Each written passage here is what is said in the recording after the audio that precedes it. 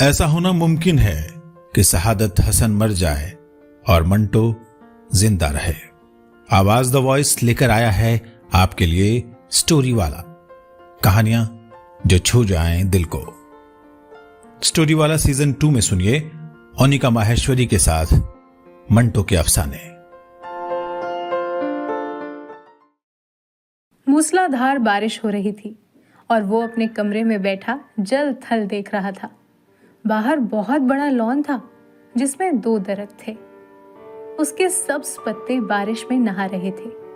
उसको महसूस हुआ कि वो पानी की इस यूरिश से खुश होकर नाच रहे हैं। उधर टेलीफोन का एक खंभा खड़ा था, उसके फ्लैट के ऐन सामने। ये भी बड़ा मसरूर नजर आता था, हालांकि इसकी मसरत की कोई वजह मालूम नहीं होती थी। इस बेजान शय को भला मसरूर क्या कहना था, लेकिन तनवीर ने, जो कि बहुत मगमून था, यही महसूस किया कि उसके आसपास जो भी शय है खुशी से नाच गा रहे हैं। सावन गुजर चुका था और बारान रहमत नहीं हुई थी। लोगों ने मस्जिदों में इकट्ठे होकर दुआएं मांगी, मगर कोई नतीजा बरामद न हुआ। बादल आते और जाते रहे, मगर उनके थनों से पानी का एक कतरा भी न टपका। आखिर एक दिन अचानक काले काले बादल आसमान पर घिराए और छाजू पानी बरसने लगा। तनवीर को बादलों और बारिश से कोई दिलचस्पी नहीं थी।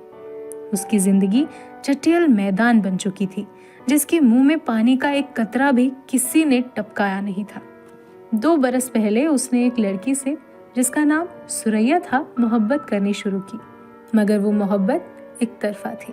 सुरैया ने उसे दरखोरे इतना ही नहीं न समझा। सावन के दिन थे, बारिश हो रही थी। वो अपनी कोठी से बाहर निकला, जांघिया पहनकर नहाए और बारिश का लुत्फ उठाया। आम बाल्टी में पड़े थे। वो अकेला बैठा उन्हें चूस रहा था कि अचानक उसे चीखें और कहकहीं सुनाई दी। उसने देखा कि साथ वाली कोठी के लॉन में 2 लड़कियां बारिश में नहा रही हैं और खुशी से शोर मचा रही हैं। उसकी कोठी और साथ वाली कोठी के दरमियान सिर्फ एक झाड़ियों की दीवार हायल थी। तनवीर उठा, आम का रस चूसते हुए वो बाड़ के पास गया और गौर से उन दोनों लड़कियों को देखने लगा। दोनों महीन मलमल के कुर्ते पहने थी, जो उनके बदन के साथ चिपके हुए थे। शलवार क्योंकि लट्ठे की थी, इसीलिए तनवीर को उनके बदन के निचले हिस्से के सही खदोखाल का पता न चल सका। उसने पहले किसी औरत को ऐसी नजरों से कभी नहीं देखा था, जैसा कि उस रोज जबकि बारिश हो रही थी उसने दोनों लड़कियों को देखा। देर तक वो उनको देखता रहा, जो बारिश में भीग भीग कर खुशी मना रही थी।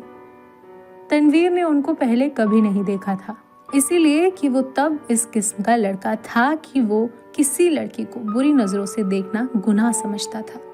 मगर उसने उस रोज बड़ी ललचाई नजरों से उनको देखा ही नहीं, बल्कि उनके गीले बदन में अंगारा बनकर बरमे की तरह छेद करता रहा। तनवीर की उम्र उस वक्त 20 बरस के करीब होगी। ना जुर्बेकार था। जिंदगी में उसने पहली मर्तबा जवान लड़कियों के शबाब को गीली मलमल में लिपटे देखा तो उसने यूं महसूस किया कि उसके खून में चिंगारियां दौड़ रही हैं। उसने उन लड़कियों में से एक को मुंतखब करना चाहा। देर तक वो गौर करता रहा। एक लड़की बड़ी शरीर थी, दूसरी उससे कम। उसने सोचा शरीर अच्छी रहेगी तो उसको शरारतों का सबक दे सके। ये शरीर लड़की खूबसूरत थी, उसके बदन के आज़ा की बहुत मुनासिब थे। बारिश में नहाती जलपरी मालूम होती थी। थोड़ी देर के लिए तनवीर शायर बन गया। उसने कभी इस तौर पर नहीं सोचा था, लेकिन उस लड़की ने, जिसका कुर्ता दूसरी के मुकाबले में बहुत ज्यादा महीन था, उसको ऐसे ऐसे शेर याद करा दिए जिसको वो अरसों पहले भूल चुका था। इसके अलावा रेडियो पर सुने हुए फिल्मी गानों की धुनें भी उसके कानों में गूंजने लगी और उसने बाढ़ के पीछे ये महसूस करना शुरू किया कि वो अशोक कुमार है, दिलीप कुमार है। फिर उसे कामिनी कौशल और नलिनी जयवंत का ख्याल आया, मगर उसने जब उस लड़की की तरफ इस गरज से देखा कि उसमें कामिनी कौशल और नलिनी जयवंत के खदोखाल नजर आ जाएं, तो उसने उन दोनों एक्ट्रेसेस पर लानत भेजी। वो उनसे कई ज्यादा हसीन थी। उसके मलमल के कुर्ते में जो शबाब था, उसका मुकाबला उसने सोचा कोई भी नहीं कर सकता।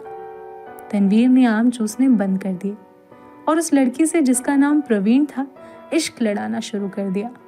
शुरू शुरू में उसे बड़ी मुश्किलात पेश आई, इसीलिए कि उस लड़की तक रसाई तनवीर को आसान नहीं मालूम होती थी। फिर उसे अपने वालिदैन का भी डर था। इसके अलावा उसे ये भी यकीन था कि वो उससे मुल्तफित होगी या नहीं। बहुत देर तक वो उन्हीं उलझनों में गिरफ्तार रहा। रातें जागता, झाड़ियों की पस कर झाड़ के पास जाता, मगर वो नजर न आती। घंटों वहां खड़ा रहता और वो बारिश वाला मंजर जो उसने देखा था आंखें बंद कर फिर दोहराता। बहुत दिनों के बाद आखिर उसको एक रोज उससे मुलाकात का मौका मिला। वो अपने बाप की कार में किसी काम से जा रहा था कि उसकी मुठभेड़ परवीन से हो गई। वो कार स्टार्ट कर चुका था कि साथ वाली कोठी में तनवीर के ख्वाबों की शहजादी निकली। उसने हाथ से इशारा किया कि वो मोटर रोक ले। तनवीर घबरा गया। हर आशिक ऐसे मौकों पर घबरा ही जाते हैं। उसने मोटर कुछ ऐसे बड़े अंदाज में रोकी, उसको जबरदस्त धचका लगा। उसका सर जोर से स्टीयरिंग व्हील के साथ टकराया, मगर उस वक्त वो शराब के नशे से ज्यादा मखमूर था। उसको उसकी महबूबा ने खुद मुखातिब किया था। परवीन के होठों पर गहरे सुर्ख रंग की लिपस्टिक थी। उसने सुर्ख मुस्कुराहट से कहा, माफ फरमाइएगा, मैंने आपको तकलीफ दी। बारिश हो रही है, टांगा इस दूर दराज जगह मिलना मुहाल है और मुझे एक जरूरी काम से जाना था। आप मेरे हमसाए हैं, इसीलिए आपको ये जहमत दी। तनवीर ने कहा, जहमत का क्या सवाल पैदा होता है? मैं तो उसकी जुबान लड़खड़ा गई। आपसे मेरा तारुफ तो नहीं, लेकिन आपको एक बार देखा था। परवीन अपनी सुर्ख मुस्कुराहटों के साथ कार में बैठ गई और तनवीर से पूछा, आपने मुझे कब देखा था? तनवीर ने जवाब दिया, आपकी कोठी के लॉन में, जब आप और आपके साथ एक और लड़की बारिश में नहा रही थी। परवीन ने अपने गहरे सुर्ख लबों में से चीख-नुमा आवाज निकाली, हाय, आप देख रहे थे? ये गुस्ताखी मैंने जरूर की, इसके लिए मुझे माफी चाहिए। परवीन ने एक अदा के साथ उससे पूछा, आपने क्या देखा? ये सवाल ऐसा था कि तनवीर उसका जवाब नहीं दे सकता था। आए बाएं शाएं करके रह गया। जी कुछ नहीं, बस आपको, मेरा मतलब है कि 2 लड़कियां थीं जो बारिश में नहा रही थी और खुश हो रही थी। मैं उस वक्त आम चूस रहा था। परवीन के गहरे सुर्ख लबों पर शरीर मुस्कुराहट पैदा हुई। आप आम चूसते क्यों हैं? काट कर क्यों नहीं खाते? तनवीर ने मोटर स्टार्ट कर दी। उसकी समझ में न आया कि इस सवाल का जवाब क्या दे। चुनांचे वो गोल कर गया। आपको मैं कहाँ ड्रॉप कर दूं? परवीन मुस्कुराई। आप मुझे कहीं भी ड्रॉप कर दे, वही मेरी मंजिल होगी। तनवीर ने यूं महसूस किया कि उसे अपनी मंजिल मिल गई है। लड़की जो उसके पहलू में बैठी है अब उसी की है, लेकिन उसमें इतनी जुर्रत नहीं थी कि वो उसका हाथ दबाए या उसकी कमर में 1-2 सेकंड के लिए अपना बाजू हमाल कर दे। बारिश हो रही थी, मौसम बहुत खुशगवार था। उसने काफी देर सोचा। मोटर की रफ्तार उसके ख्यालात के साथ साथ तेज होती गई। आखिर उसने एक जगह उसे रोक लिया और जज्बात से मगलूब होकर उसको अपने साथ चिमटा लिया। उसके होठों से अपने होठ बेबस कर दिए। उसको ऐसा महसूस हुआ कि वो कोई बहुत ही लजीज आम चूस रहा है। परवीन ने कोई मुजाहमत न की, लेकिन फौरन तनवीर को यह एहसास बड़ी शिद्दत से हुआ कि उसने बड़ी नाशाइस्ता हरकत की है और गालिबन परवीन को उसकी यह हरकत पसंद नहीं आई। चुनांची एकदम संजीदा होकर उसने कहा, आपको कहाँ जाना है? परवीन के चेहरे पर यूं खफगी के कोई आसार नहीं थे, लेकिन तनवीर यूं महसूस कर रहा था जैसे वो उसके खून की प्यासी है। परवीन ने उसे बता दिया कि उसे कहाँ जाना था। जब वो उस जगह पहुंचा तो उसे मालूम हुआ कि वो रंडियों का चकला है। जब उसने परवीन को मोटर से उतारा तो उसके होठों पर गहरे लाल रंग की मुस्कुराहट बिखर रही थी। तनवीर जब भौचक्का होकर अपनी मोटर की तरफ बढ़ा तो उसे ऐसा लगा कि वो भी एक कस्बी औरत है जिसे वो हर रोज चलाता है। उसकी लाल बत्ती लिपस्टिक है जो परवीन ने होठों पर थोपी हुई थी। वो वापस अपनी कोठी चला आया। बारिश हो रही थी और तनवीर बेहद मगमून था।